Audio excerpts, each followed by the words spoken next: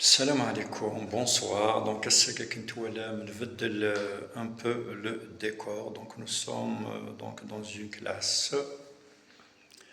Le poème d'aujourd'hui s'intitule Le mur et le lierre.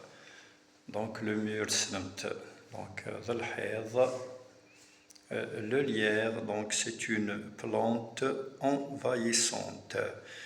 كنتوفيق راك سوا الناس اذفل نغ تسفلات دونك زمرت تضو ذاكاكي دونك تدار نغ في قديمين نغ الخلا اما توفي خام جانتي مولانيس اتفض سقفيس ذين يهود يغلي الحيوض كرا غلين كرا غاس بدن براسك يعني وسنديكوري وارا دونك البويم كين دونك يزمر نشتاقي ذا المعنى فخام يزمر ذغن ذا المعنى فمذان مزيناس إغفلان. Voilà. Le mur et le lierre. Errant au gré d'une humeur rurale, compensant l'ennui de nos cités, la goutte d'eau soulageant le râle, qui n'est que sinistre atrocité. Je songeais parmi tant de verdure à ne plus chercher un autre ailleurs, car s'agencer avec la nature est mon âme et mon sceptique cœur.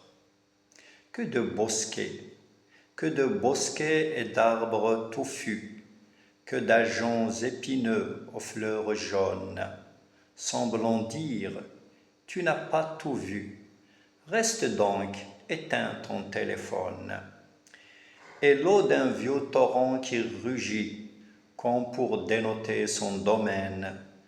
Tous ces éléments disent « Si gît l'homme de vanité et de haine. » Furent-on en indiscret flâneur, mes pieds foulent le vert émeraude. Désormais envoûté spectateur, sentant qu'un lourd destin s'échafaude. Nourri d'audace, poussant plus loin, mon regard rencontre un mur vétuste, croulant, à qui manque tant de soins, remémorant un passé auguste, qui livré aux vimères du temps, semble vouloir partager un train. Consentant, je l'approche et longtemps. Puis, son déchirant discours m'entraîne. Donc, qu'est-ce qu'il me raconte, ce mur? Voilà ce qu'il me dit. L'humain en ce lieu m'a façonné, pour longtemps m'a élu sa demeure. Quelle frénésie m'a pilonné pour subir ces angoissantes heures.